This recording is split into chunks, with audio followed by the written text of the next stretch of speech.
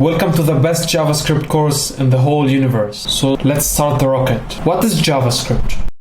JavaScript is a high-level programming language. High level means more human-oriented. Low level means more machine-oriented. So a good example of a machine-oriented programming language is the binary system, assembly, and C++. On the other hand, languages like Python and JavaScript are high-level programming languages. That's why they are easier to understand.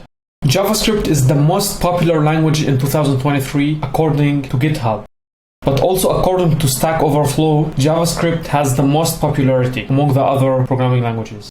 And imagine the average salary of JavaScript developer in USA is $115,000 per year. As a JavaScript developer, you can work on the front end, on the back end, or you could do both. You could do full stack development. So front end, more focused on the interface, back end, more focused to build the API, and full stack, so you could build the whole application starting from the interface till the API yourself. And yes, all with JavaScript. What can you do with it? So what can you do with JavaScript?